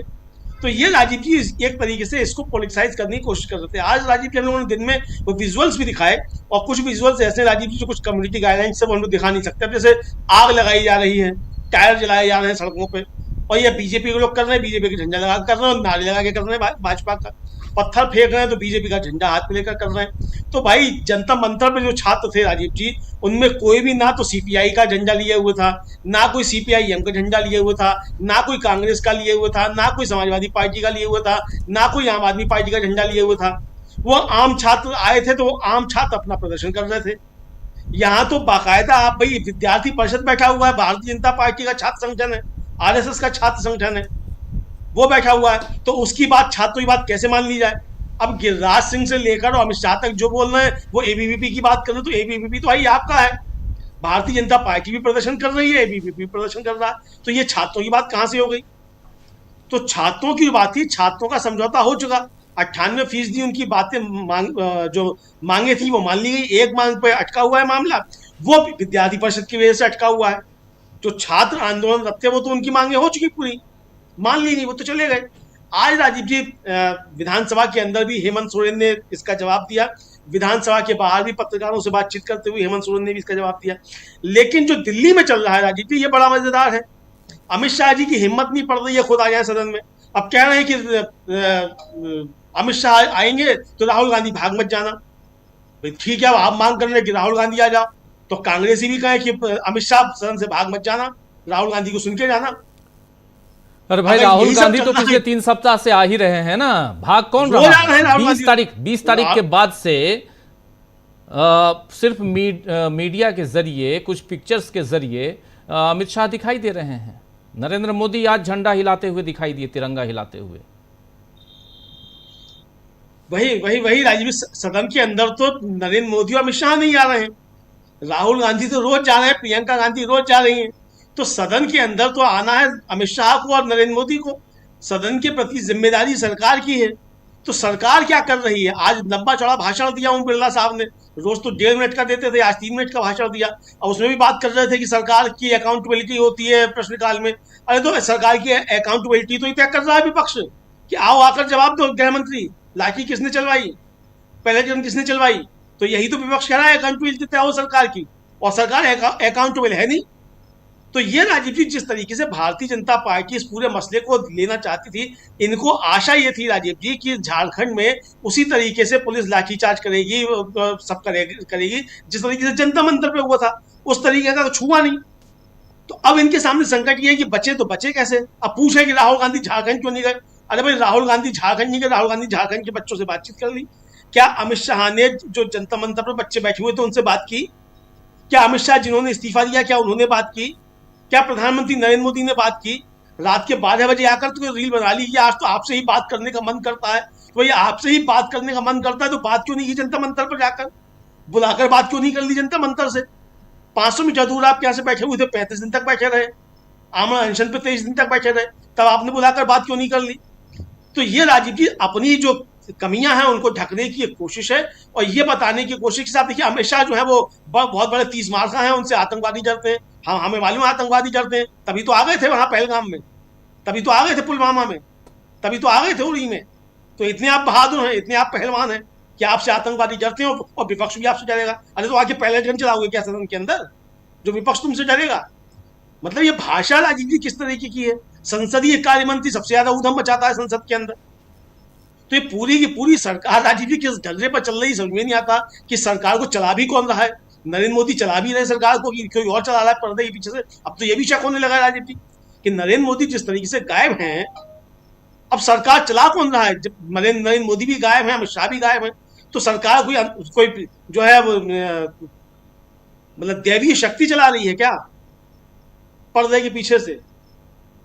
कि नरेंद्र मोदी भी गायब हैं, अमित शाह भी गायब हैं, अमित शाह के मंत्रालय का बिल आता है, अमित शाह गायब है। कहाँ तो कह रहे थे विपक्ष भाग ना जाए, सुन के जाना पूरी बात। कोई विपक्ष मौजूद था जिस समय बिल पेश किया जा रहा था, विपक्ष उस समय ही मौजूद था, कह रहा था अमित शाह सदन में आओ, तो क्यों नहीं आया अमित शाह? अपने मंत्रालय का बिल पेश करने ही आया थे वही सदन के अंदर। उनके जो राज्य मंत्री पेश कर रहे थे, तो राज्य मंत्री की बजाय अमित शाह खुद आकर पेश करते, इसके वहां नहीं आ जाते अगर आप में इतनी हिम्मत थी। तो आपकी हिम्मत पड़ नहीं रही है सदन के अंदर जाने की, क्योंकि अगर आप सदन के अंदर जाएंगे तो आपको ये जवाब देना पड़ेगा कि 20 जुलाई को छात्रों के ऊपर जो अत्याचार किया गया वो किसके कहने पे हुआ, किसके आदेश पर हुआ। अगर अमित शाह कहते हैं कि उनके आदेश पर नहीं हुआ, तो राहुल गांधी कह रहे हैं अगर आपके आदेश पर नहीं हुआ तो आप अयोग्य हैं। और अगर आपके आदेश पर हुआ तो आप कल्प्रिट हैं, आप दोषी हैं। दोनों ही मामलों में आप किसी भी तरीके से आप जो है वो पद पे बने रहने के लायक नहीं है। अब राजीव जी इस्तीफों का दौर शुरू हो गया। कल आप भी कहते इस्तीफा नहीं इस्तीफे की बात हो रही है, तो इस्तीफा नहीं इस्तीफे की बात हो रही है। अब वो एक आरकेआई साकेत गोखले जो टीएमसी के पूर्व राज्यसभा सदस्य हैं, उन्होंने डाली और 2 अस्पतालों से राजीव जी जानकारी आ गई। लेडी हार्डिंग से में 9 और एक को यूरोप अस्पताल है वहां से 1, 10 बच्चे जो हैं वो पैलेट गन से घायल हुए। ये अस्पताल ने 2 अस्पतालों ने आरटीआई से जवाब दे दिया है। राम मनोहर लोहिया अस्पताल जो संसद भवन के सबसे नजदीक और सबसे ज्यादा लोग वहीं गए होंगे, वहां से भी आरटीआई का जवाब नहीं आया है और एम्स से जवाब नहीं आया है। जेपी नड्डा साहब सदन के अंदर कह रहे हैं कि पैलेट गन नहीं चली है।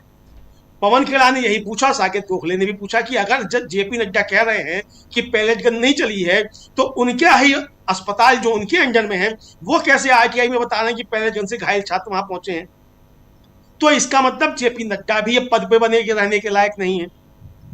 तो इस्तीफों का दौर राजीव जी का शुरू होगा तो जाने कहां तक बात पहुंचेगी और आखिर में बात पहुंचेगी नरेंद्र मोदी के इस्तीफे तक ही।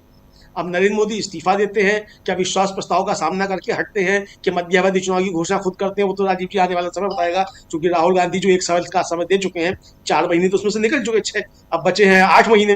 तो 8 महीने में जो परिस्थितियां मोड़ लेती हुई दिख रही हैं वो इस सरकार के लिए काफी कष्टदायक, पीड़ादायक राजीव जी दिखाई पड़ती है। जी बिल्कुल पीड़ादायक तो ये भी है। राहुल गांधी ने अभी प्रयागराज में जिस शर्ट को पहनकर भाषण दिया था, पिंक कलर की हाफ शर्ट, 10,000 से ज़्यादा वो शर्ट बिक चुकी है, ऐसा बताया जा रहा है। जेंजी के बीच काफ़ी पॉपुलर हो गई है वो शर्ट। आप भी कुछ वैसे ही पहने हुए हैं अमलेंदु जी, कुछ वैसे ही आप भी। राहुल गांधी ने बाद में पहनी, लेकिन मेरी पूरी बाह की है, उनकी आधी बाह की है। फुल स्लीव्स आप पहन रहे हैं, वह हाफ है। जी। ठीक। लेकिन ये बता रहा हूँ कि राहुल गांधी की पॉपुलैरिटी, ज़रा शकील जी का नाम ठीक कर लीजिए, 2 प्रशांत जी हो गए हैं हमारे पास। शकील जी रहने दो। तो शकील जी आपके पास आना चाहता हूँ जल्दी से, फिर स्वामी जी आपके पास और तमाम साथियों को। शकील जी, राहुल गांधी की ये शर्ट इतनी पॉपुलर हो गई है, क्या ये परेशानी जो है वो परेशानी पे परेशानी हो रही है, बढ़ाए जा रहे हैं राहुल गांधी? अब जितने मदमस्त रहें, 12 साल में मदमस्त तो अंधभक्त हो ही गए हैं। आप जान रहे हैं सत्ता पक्ष के जो भक्त लोग हैं उनकी मदमस्ती तो इतनी है कि वो दिखाई देती है। लेकिन क्या ये जो ज़ोरदार झटका है ये माना जाए?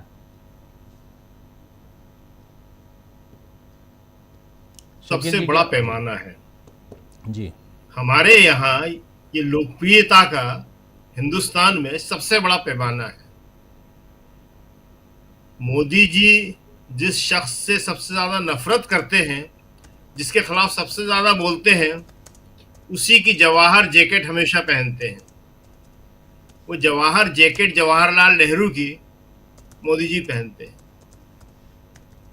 एक बहुत पुरानी बात है, देवानंद एक टाइम में इतने पॉपुलर थे, एवरग्रीन, कि उनका एक दांत टूटा हुआ था तो उसकी तरह कई युवाओं ने अपना वो दांत तक तोड़ लिया था।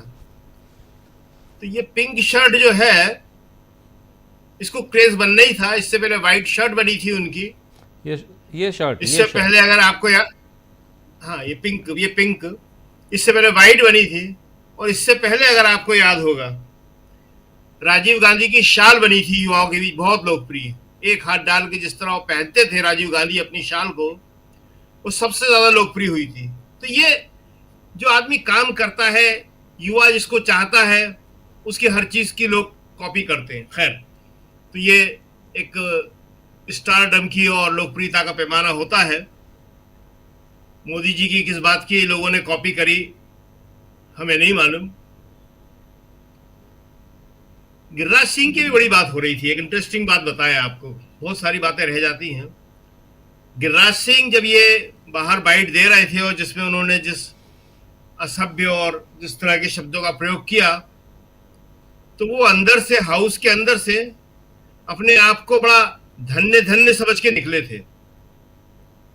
हुआ ये कि जो फ्रंट सीट है ट्रेजरी बेंच की, सत्ता पक्ष की, तो पूरी खाली थी।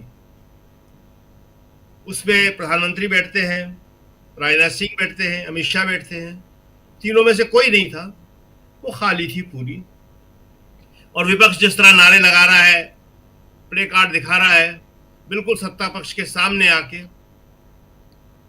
तो वहां गिरिराज सिंह को बड़ी प्रॉब्लम हो रही थी उससे।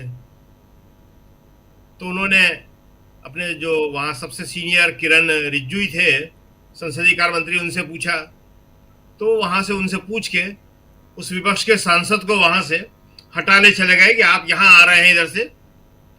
तो वो हट गया, लेकिन उसके हाथ में जो पोस्टर था वो उसने गिरिराज के मुंह के सामने लगा दिया कि देखो इसको पढ़ते रहो। तो फिर पीछे से किसी ने कहा कि आप आगे ही बैठ जाइए। तो गिरिराज सिंह को फ्रंट सीट पे बैठने का आज मौका मिल गया। वो बड़े मजे में सबसे आगे की सीट पे, जहां पे अमित शाह, प्रधानमंत्री और राजनाथ सिंह बैठते हैं, वहां बैठे थे। तो जाहिर है कि उसके बाद जब वो बाहर निकले थे तो उन्हें कुछ ऐसा ही बोलना था जिससे उन्हें बहुत ज्यादा प्रचार मिल जाता। तो गिरिराज सिंह की भाषा जो है वो ऐसी है, और भी बहुत सारे लोगों की भाषा ऐसी है, लेकिन इस भाषा से कुछ होने वाला नहीं है, क्योंकि सवाल जो है मुद्दों का आ गया है।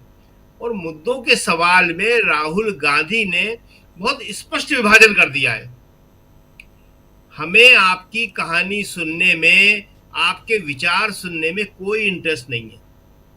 आप शिक्षा के बारे में क्या सोचते हैं, हमें और देश को ये भी नहीं सुनना है। हमें सिर्फ और सिर्फ ये सुनना है कि गोली चलाने का आदेश किसने दिया। नंबर 2, प्रधानमंत्री मोदी इसके लिए माफी मांगे। और नंबर 3, चढ़ावा चोरी के ऊपर प्रधानमंत्री मोदी बयान दें। और ये बात हम कल भी बता चुके थे, एक बार फिर बता दें कि जैसा वो कह रहे हैं कि साहब डिबेट हो जाए और हम तैयार हैं और हाउस को आप व्यवस्थित करिए, तो डिबेट हो जाएगी। किसी भी मंत्री के लिए अपना बयान देने के लिए किसी डिबेट की जरूरत नहीं है। कोई डिबेट नहीं मांग रहा है, राहुल ने साफ कह दिया, कोई डिबेट नहीं मांग रहा है, कोई चर्चा नहीं मांग रहा है। चर्चा हम कर चुके, सारी चीजें यूथ के सामने क्लियर है, आप आके ये जवाब दे दीजिए, ये बता दीजिए। तो गृह मंत्री आके अपना बयान कभी भी दे सकते हैं, लेकिन वो नहीं दे रहे। बयान देना तो बहुत बड़ी बात है, वो सदन के अंदर आ ही नहीं रहे। और इस बात को ही अब विपक्ष मुद्दा बनाए हुए है। और ये जो है एक बहुत बड़ा मैसेज जो है देश में पहुंच गया है। देखिए, हम आपको बताएं कि 2 दिन से 3 दिन से ये माहौल क्यों बनाया जा रहा था।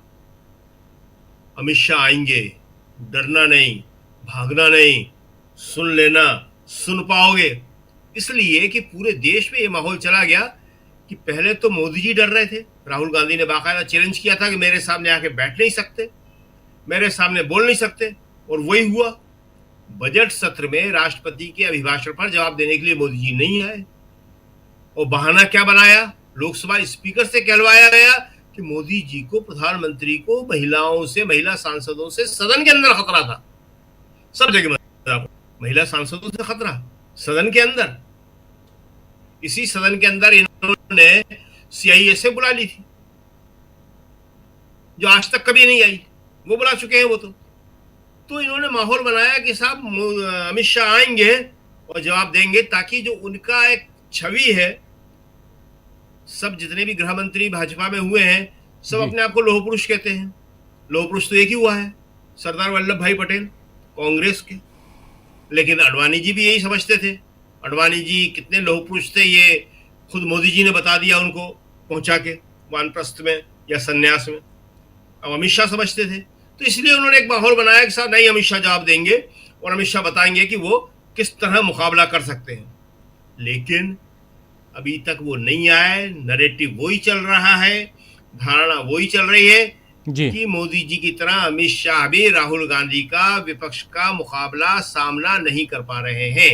और 2 दिन है, देखते हैं किस तरह से अमित शाह इसका सामना कर पाएंगे।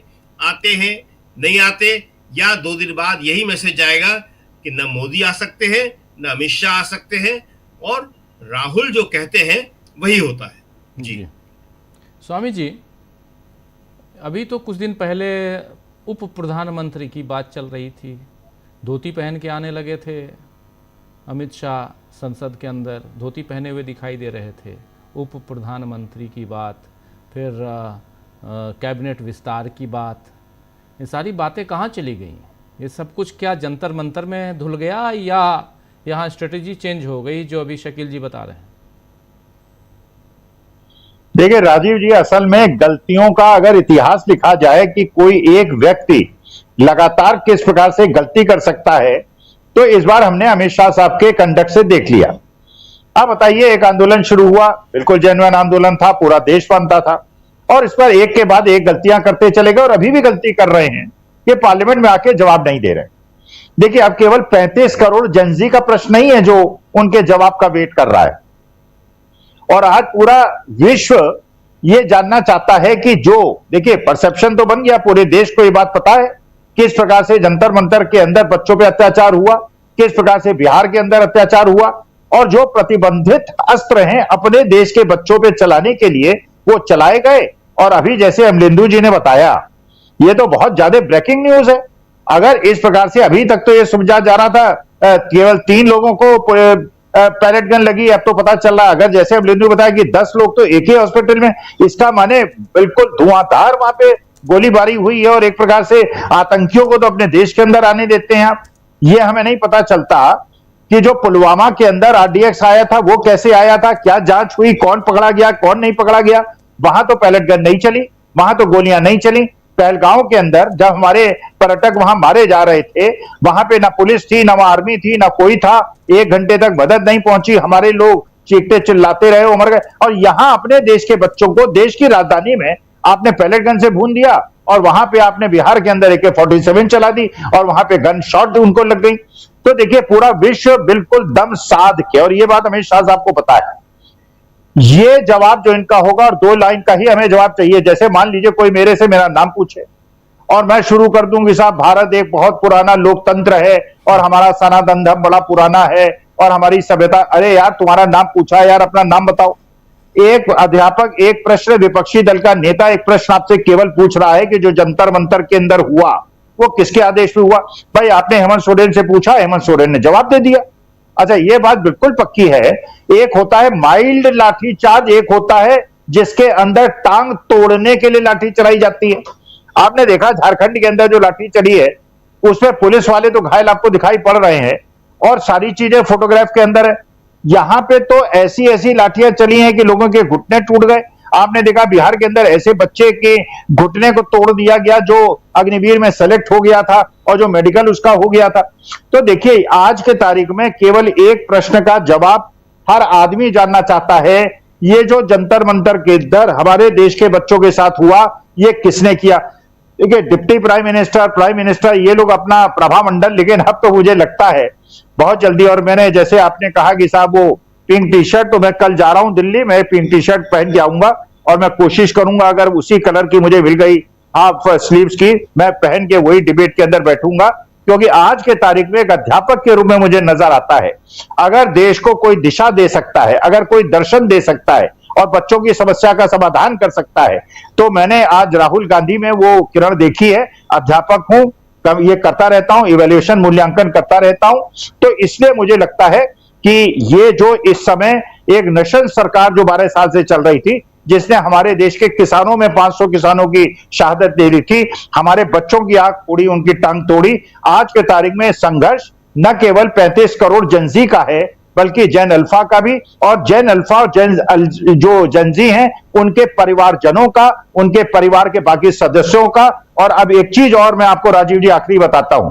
आज मैं पार्क गया अपनी कॉलोनी का, पहले जहां पे भारतीय जनता पार्टी के व्हाट्सएप अंकल अपना गाना गाते थे, आज हर जगह एक चीज सुनाई पड़ रही है, केवल एक चीज जो मुझे समझ नहीं आई, पता नहीं किसके लिए कह रहे हैं वो बच्चे, किसके लिए कह रहे थे जंतर मंतर में, पार्क में किसके लिए, ये 56 इंच का छोटा बंदर किसको कह रहे हैं मुझे नहीं पता, लेकिन ये बात अभी बिल्कुल हर कॉलोनी के अंदर, हर पार्क के अंदर गाई जा रही है कि चंदा चोर कहां मिलेंगे, बीजेपी के दफ्तर में। ये जिस प्रकार से इन लोगों ने अपनी छवि को बिगाड़ा है, और एक अपना जैसे ये दिखाना चाहते थे बड़े ताकतवर लोग हैं और बड़े स्ट्रांग हैंड से ये डील कर सकते हैं। डेमोक्रेसी के अंदर ये चीजें नहीं होती हैं। डेमोक्रेसी के अंदर सदाशयता होती है, झुकना होता है, और अपने देश के बच्चों के सामने, अपने देश के युवाओं के सामने झुकना भी आपकी शान बढ़ाता है। अध्यापक था, अगर मैंने कभी कोई गलती की होती, मैं बच्चों से कान पकड़ के माफी मांगने में मुझे शर्म ना आती। हाँ, बच्चों ने मुझसे, मान लीजिए किसी का पेपर चेक करने में गड़बड़ी हो गई होती, मैं कहता कि मैं बिल्कुल भागीदार हूं, मैंने ये गलती की है और मैंने ये किया है गलत, मुझे दंड मिलना चाहिए और जो दंड चाहो मुझे दे सकते हो। लेकिन अगर आप चोरी भी करेंगे और सीना चोरी भी करेंगे तो उसका फल ना आपके लिए अच्छा होगा, और हम भारत माता को, क्योंकि हम उसके मुरीद हैं, इसलिए हम चाहते हैं कि अगर इस प्रकार की आनाकानी आप करेंगे, देश को एक अव्यवस्था की तरफ और गृह युद्ध की तरफ धकेल रहे हैं, जिसकी पूरी रिस्पॉन्सिबिलिटी इस सरकार की होगी। जी जी बिल्कुल स्वामी जी, बहुत शुक्रिया। डॉक्टर साहब आना चाहता हूँ आपके पास। डॉक्टर राकेश पाठक जी, ज़रा आपसे समझना चाहता हूँ कि क्या यहाँ अब चूँकि 2 दिन के बाद पार्लियामेंट ख़त्म हो जाएगी और 15 अगस्त है, 15 अगस्त पे अब नरेंद्र मोदी क्या भाषण देते हैं, युवाओं को कितना साधने की कोशिश करते हैं, वो सब देखा जाएगा। लेकिन क्या एक दबाव, एक प्रेशर है नरेंद्र मोदी के ऊपर, उनकी सरकार के ऊपर, ये दिखता है? निश्चित तौर पर 12.5 साल में ये पहला मौका है जब नरेंद्र मोदी और अमित शाह, उनकी पूरी सरकार बैकफुट पर दिखाई दे रहा है। राहुल गांधी की आपने बात की, अमलेंदु जी, और अब तो सर भी पिंक शर्ट खरीदने जाने वाले हैं। राहुल गांधी को यहाँ तक पहुँचाने में नरेंद्र मोदी और अमित शाह, बीजेपी, आरएसएस, इन सब का बहुत बड़ा योगदान है। राहुल गांधी को थैंक यू मोदी जी कहना चाहिए। बशीर बद्र साहब ने लिखा है, इबादतों की तरह मैं ये काम करता हूँ, मेरा उसूल है पहले सलाम करता हूँ, मुखालिफत से मेरी शख्सियत संवरती है, मैं दुश्मनों का बहुत एहतराम करता हूँ। राहुल गांधी की जितनी मुखालिफत हुई है भारत की राजनीति में, इससे पहले एक भी नेता ऐसा नहीं हुआ जिसे किसी इतने बड़े तथाकथित सांस्कृतिक संगठन, दुनिया की कथित रूप से सबसे बड़ी पार्टी, उसकी ट्रोल आर्मी, उसकी व्हाट्सएप यूनिवर्सिटी की मुखालिफत का सामना करना पड़ा हो। पंडित नेहरू से लेकर गांधी परिवार की ही बात करें तो किसी का रास्ता इतना कंटकाकीर्ण नहीं था जितना राहुल गांधी का है। विरोध कर करके, ठोक पीट के राहुल गांधी को नेता बना दिया नरेंद्र मोदी ने। अब हाल यह है कि राहुल गांधी डट नहीं रहे, किसी भी सूरत में वे रुक नहीं रहे।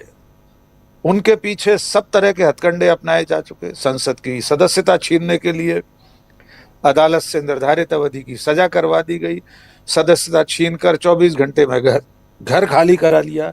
राहुल गांधी फिर जीत कर आ गए। अब भी 30-31 मुकदमे चल रहे हैं। एक संवैधानिक पहलू की तरफ नजर आप लोगों की ले जाना चाहता हूं। शकील साहब, गृह मंत्री 20 दिन से सदन से गैर हाजिर हैं। हमारे संविधान निर्माताओं ने सांसदों की अनुपस्थिति को लेकर भी प्रावधान किए हैं। अनुच्छेद 101 संविधान के भाग 5 में, अध्याय 2 में, खंड 4 में इसका उल्लेख है कि अगर कोई संसद सदस्य 60 दिन तक सदन से अनुपस्थित रहता है तो सीट उसकी वैकेंट घोषित की जा सकती है। लेकिन उसमें एक छोटी सी पतली गली छोड़ दी गई है।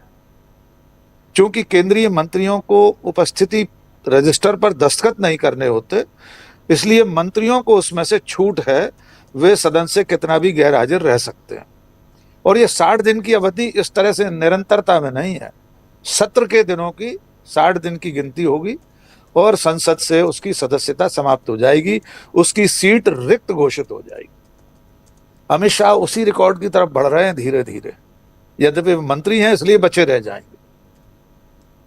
सदन का सामना क्यों नहीं कर पा रहे हैं उसके बारे में हम सब लोग विस्तार से बात कर चुके हैं। और जो रिपोर्ट अभी आई है, आज ही उसका खुलासा अभी अमलेंदु जी ने भी किया कि पैलेट गन लोगों को लगी है, उसकी शिनाख्त हो गई। आप अगर झारखंड से उसकी तुलना सदन में करना चाहेंगे, संसद परिसर में आप बैनर पोस्टर लेकर जुलूस निकालें और राहुल गांधी जवाब दो कहें, तो सदन में जब आप ये कहेंगे कि झारखंड में लाठी चली, टीयर गैस चली, तो प्रतिपक्ष ये कहेगा कि वहां पैलेट गन नहीं चली। सीवान में AK-47 चली, रांची में AK-47 नहीं चली। अगर सरकार या संसदीय कार्य मंत्री या स्पीकर महोदय कहते हैं ऑथेंटिकेट कीजिए, तो अब तो सरकारी दस्तावेज हैं। आरटीआई में जो जवाब आए हैं ऑथेंटिकेशन के लिए, उससे ज्यादा प्रामाणिक दस्तावेज क्या होगा। सरकारी अस्पतालों के आंकड़े हैं कि 10 लोगों को पैलेट गन के छर्रे लगे, वे रख दिए जाएंगे सदन में। और राहुल गांधी की सुई जहां अटकी हुई है, वो सबसे खतरनाक मामला है। या तो अमित शाह ने आदेश दिया या वे नहीं जानते थे। आपकी मर्जी से अगर पैलेट गन चली है, कीलों वाले डंडे चले, तो आप जिम्मेदार हैं। आपको नहीं पता था तो आप नकारा, निकम्मे, असफल गृह मंत्री। दोनों ही स्थितियों में सदन का सामना करना मुश्किल होगा, जवाब देना मुश्किल होगा। इसलिए अब तक सदन में वे नहीं आ रहे। अंतिम बात, 2 दिन बचे। ये सत्र एक खास मंशा से भी बुलाया गया था। उनकी मर्जी के जो परिसीमन बिल, समान नागरिक संहिता, एक देश एक चुनाव, उसमें सबसे ज्यादा परिसीमन बिल। ये 2 दिन बीत गए तो ये बिल भी पारित नहीं हो पाएगा। और विपक्ष की रणनीति यही है। आज अभी मीटिंग हो गई है राहुल गांधी, मल्लिकार्जुन खड़गे की, और 10 जनपद में भी बैठक हुई है। कल की भी तैयारी शुरू कर दी है उन्होंने। तो कल जब आप देखेंगे तो अमित शाह, अभी से हम और आप अनुमान कर सकते हैं, वे पंडित नेहरू के समय से अभी तक की पुलिस गोलीकांड, लाठीचार्ज, तमाम घटनाएं गिनाएंगे। लेकिन कांग्रेस को भी ये तैयारी रखना चाहिए कि अगर मुल्ताई गोलीकांड दिग्विजय सिंह का याद दिलाया जाएगा 1998 का, तो कांग्रेस के पास भी मंदसौर गोलीकांड है 2017 का। अतीत का ढोल पीटकर वर्तमान से मुंह चुराने की कोशिश होगी। विपक्ष उसे किस तरह से काटता है, उसका मुकाबला करता है, ये कल देखेंगे। जी डॉक्टर साहब। जी, बिल्कुल। जरा प्रशांत जी, सेकंड राउंड में आपने कहा था पहले ही, सवाल नहीं लेकिन बहुत महत्वपूर्ण है कि क्या यहाँ पूरा का पूरा ये जो संसद का मानसून सत्र है, उसमें अमित शाह सबसे बड़े, जो राहुल गांधी ने कल 2 शब्द का इस्तेमाल किया है, एक शब्द कल्पेबल है अपने आलेख में। देखिए, झारखंड पे ही बात रखेंगे, लेकिन पहले जरा अमित शाह पे मामला करें, क्योंकि हम उसी बात कर रहे थे और राहुल गांधी की स्ट्रेटजी वही है। सबसे बड़ी बात यह है कि 2 चीजें हमको देखनी है राजीव जी यहाँ पे, एक संसद के अंदर और संसद के बाहर। मैं कई बार कह चुका हूं कि अब जो राजनीति जिस दिशा में पहुंच गई है, और खासकर जंतर मंतर के बाद, अब संसद के अंदर की संख्या का कोई मतलब नहीं है। जैसा अभी डॉक्टर पाठक कह रहे थे कि आप करते रहो वाटर वाउटरी, कि साहब इमरजेंसी भी लगाई थी और वहाँ लाठीचार्ज हो गया था, जहाँ लाठीचार्ज हो गया था, तो कश्मीर में क्या हुआ, बाकी जगह क्या हुआ, आप करते रहो, उसका कोई मतलब नहीं है। बेसिकली क्या है कि आपको संसद के बाहर आप संदेश क्या भेज रहे हो। जी। तो जो संसद के बाहर जो युवा है, जिसको जेन ज़ी कहा जा रहा है, जेन ज़ी ने अपना फैसला सुना दिया। उसको नरेंद्र मोदी नहीं चाहिए, अमित शाह नहीं चाहिए। हो सकता है विपक्ष को माफी मांगने के बाद चाहिए हो, लेकिन जो संसद के बाहर जो लोग हैं, उनको इनकी माफी नहीं चाहिए।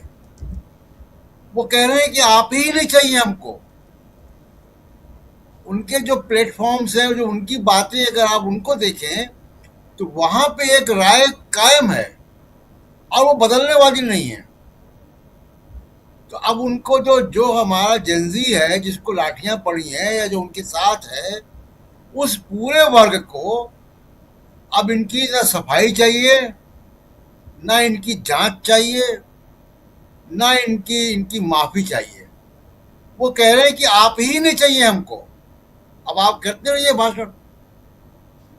तो एक तो ये बात है, विपक्ष को आपको संतुष्ट करना है, तो विपक्ष को आप संतुष्ट करें, जब चाहे कल करें, परसों करें, बाद में करें।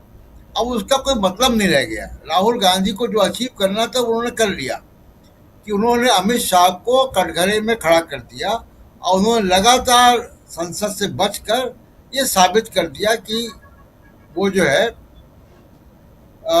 उनके अंदर गिल्ट है और वो नहीं आ रहे हैं। संदेश तो यही जाता है। अब आप स्पिन करते रहिए। अब इनके पास जो प्लेटफॉर्म है गोदी मीडिया की क्रेडिबिलिटी खुद खत्म हो चुकी है। आपका जो वकील है, जो आपका मुकदमा लड़ रहा है, वो वकील ही अगर बेकार निकला तो आपका मुकदमा कौन लड़ेगा? उस मुकदमे का फैसला क्या होगा?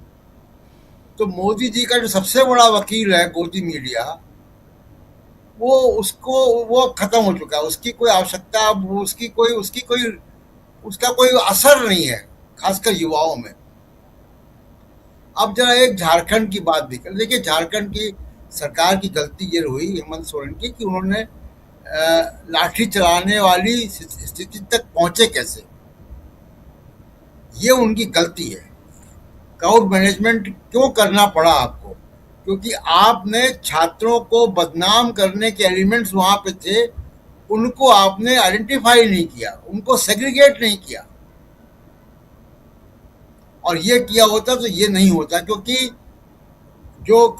दिल्ली का जंतर मंतर के आंदोलन और झारखंड के आंदोलन में बेसिक अंतर है। यहाँ पे एनटीए का था, एनटीए के चेयरमैन बने हुए हैं अभी भी, प्रमोद कुमार जोशी, वो बने हुए हैं। उनका लंबा बायोडेटा है पेपर लीक का, उसके बावजूद वो बने हुए हैं। झारखंड में क्या हुआ? झारखंड में जेपीएससी चेयरमैन जो फॉर्मर थे, वो मतलब उनका इस्तीफा हो गया, वो गिरफ्तार हो गए, उनका इंटरोगेशन हो गया। जेपीएससी के मेंबर्स, बोर्ड मेंबर्स के इस्तीफे हो गए, एग्जाम कैंसिल हो गए। ये वाला भी, पिछला वाला भी, जो बैकलॉग इम्तिहान थे वो भी कैंसिल हो गए। तो वहां पे कार्रवाइयां हो गई। यहाँ क्या कार्रवाई हुई सिवाय धर्मेंद्र प्रधान के इस्तीफे के? वो भी तब जब लाठी चला दी। वहां तो लाठी चलाने से पहले ये फैसले हो चुके थे, सरकार इंगेज कर रही थी। हेमंत सोरेन की सरकार की गलती इतनी हुई है कि उनको लाठी चलाने की नौबत तक नहीं आना चाहिए था, लाठीचार्ज नहीं होना चाहिए था। लेकिन वो आइडेंटिफाई करते कि कौन लोग हैं जो छात्र आंदोलन को बदनाम करने के लिए, जिनका इन्फिल्ट्रेशन हो गया वहां पे। आपने फुटेज दिखाया, वो कौन लोग हैं जो पत्थरबाजी कर रहे हैं। इनको तो आप सेग्रीगेट करते। और दूसरी बात की, देखिए, जंतर मंतर का आंदोलन राजनीतिक नहीं था, ये आंदोलन राजनीतिक हो गया। ये वहां पे छात्रों की जो कमेटी है, उनकी भी एक वो रहा कि उनको इस तरीके के एलिमेंट्स को बाहर रखना चाहिए था। जंतर मंतर पे ये बड़ा साफ था कि छात्रों ने गोदी मीडिया की किसी भी साजिश को नाकाम कर दिया। वहां पे कोई और जो लोग आते थे जो बदनाम करने के लिए छात्र आंदोलन को, उसको उन्होंने कामयाब नहीं होने दिया। झारखंड में ये सब भी हो गया। ये वहां की गड़बड़ हुई है। लेकिन घूम के वापस मैं आता हूं कि संसद में कल अगर बोलेंगे अमित शाह, तो वो राहुल गांधी की जो स्ट्रेटजी है उसी के मुताबिक वो बोलेंगे और उसका संसद में ही असर होगा। संसद के बाहर जो बात जानी थी वो जा चुकी है। जी राजीव जी, बिल्कुल बिल्कुल। अमलेंदु जी, क्या आपको भी लगता है कि हालांकि बहुत कम उम्मीद है कि अब अमित शाह बोलें, लगता है कि बोलेंगे? अनम्यूट कीजिए। बहुत कम उम्मीद है। ठीक, जी हाँ, जी हाँ, जी हाँ। आ रही बहुत कम उम्मीद है कि अब बोलेंगे अमित शाह। और अगर कल बोलेंगे भी तो बोलकर अब करेंगे क्या? अगर बोलेंगे भी राजीव जी तो अपनी ही भद्द पिटवाएंगे, पूरी सरकार की भद्द पिटवाएंगे। बेहतरी इसी में है कि जब गायब रहे हैं तो और 2 दिन अब गायब रह लें, सीधे अब लाल किले पर मोदी जी के सामने दिखाई पड़े तो 15 अगस्त को वही ज्यादा बेहतर होगा। क्योंकि अब अगर आएंगे राजीव जी तो सरकार की और ज्यादा भद्द पिटवाने और किरकिरी करवाने ही आएंगे। राजीव जी, अब जैसा डॉक्टर साहब कह रहे थे कि कांग्रेस तैयारी रखे कि अगर वो आते हैं तो वो मतलब मुल्ताई कांड याद दिला सकते हैं, वो याद दिला सकते हैं। कुछ भी याद दिलाएं राजीव जी, कल्लू ने कत्ल किया था इसलिए मल्लू ने कत्ल किया, वो जायज है? ये नहीं हो सकता कानून में। राइट। मतलब पंडित नेहरू अगर जवाहर कट सदरी पहनते थे और चूड़ीदार पायजामा पहनते थे, तो मोदी जी ने भी जवाहर कट पहन लिया और चूड़ीदार पायजामा पहन लिया, तो मोदी जी भी पंडित नेहरू हो जाएंगे? ऐसा नहीं हो सकता। भले ही गुलाब का फूल जो है वो छाती पे न लगा के सिर पे लगा लें, तब भी पंडित नेहरू नहीं हो जाएंगे।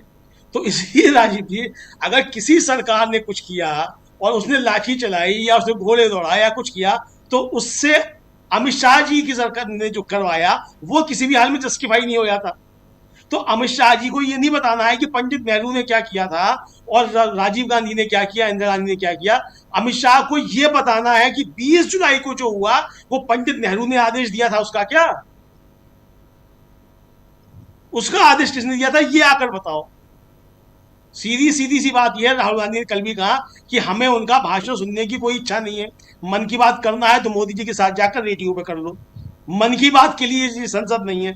संसद सरकार की अकाउंटेबिलिटी के लिए है और सरकार अकाउंटेबल है, ये बताना है तो अमित शाह जी को आकर ये बताना है कि सरकार की जिम्मेदारी क्या है और सरकार इसको स्वीकार कर रही है कि नहीं कर रही है। जब सरकार के विभाग कह रहे हैं कि पहल ट्रेन चली है, तो अमित शाह जी या जेपी नड्डा जी कैसे कह सकते हैं कि पहल ट्रेन नहीं चली है?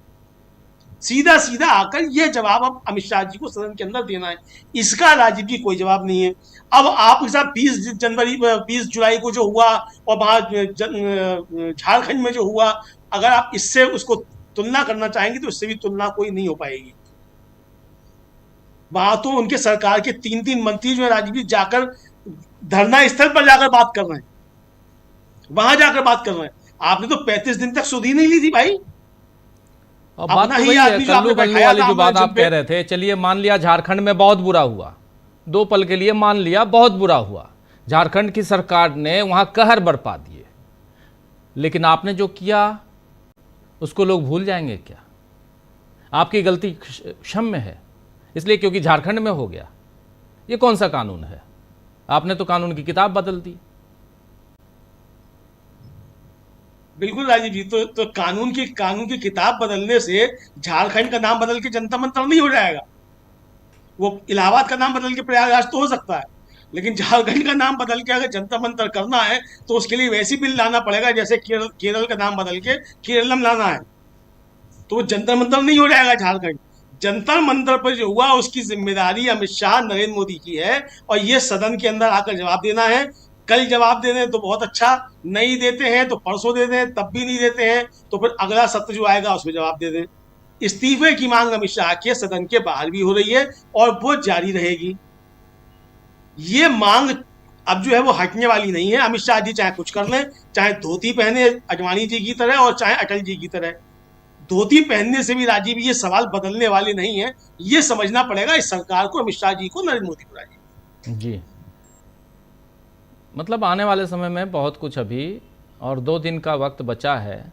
शकील जी, अपने पास भी 2 मिनट का वक्त है, ज़रा आपसे समझना चाहता हूँ जल्दी से कि क्या ये 2 दिन में जो अभी कह रहे थे अमलिंदु जी कि अगर कल या परसों, क्योंकि कल 12 तारीख, परसों 13 तारीख, ख़त्म, किस्सा ख़त्म, तो क्या इसमें अगर आते भी हैं, आज आना था, नाम तो उन्हीं का लिखा हुआ था, केरल बिल पे उनका नाम था, फिर कोऑपरेटिव वाले में उन्हीं का नाम था, लेकिन आए नहीं। उनके बिहाफ में राज्य मंत्री आकर उन्होंने कर दिया, तो क्या कल परसों आएंगे, ऐसा लगता है? यही कहा जा रहा था कि अपने बिल पे आके वो छात्रों के ऊपर बोल सकते हैं। मौका था वो बोलने का, लेकिन उस पे भी वो नहीं आए। देखिए है क्या कि 12 साल में इन्होंने केवल बातें ही बातें की। वो बातों के दम पर ही ये जीतना चाहते हैं। नैरेटिव बनाना, झूठी धारणाएं बनाना। उसमें क्या बनाया? मोदी जी ने अपना कहा 56 इंच की छाती, लाल आंखें, एक अकेला सब पर भारी। अमित शाह ने क्या बनाया? लोह पुरुष। आतंकवादी डरते हैं, ये डरते हैं, वो डरते हैं। तो बताया अभी कि आतंकवादी पहलगाम में आ गए थे वो सारे के सारे, पुलवामा में आ गए थे वो सारे के सारे। अब अपने उस नैरेटिव को ये कैसे बचाएं? लेकिन अब समस्या ये आ गई, आते हैं तब भी वो नहीं बचता है और नहीं आते हैं तो भी वो नहीं बचता है। देखिए, संसद जो है वो सबसे ज्यादा इंपॉर्टेंट जगह है। जो संसद में कहा जाता है वही बाहर जाता है।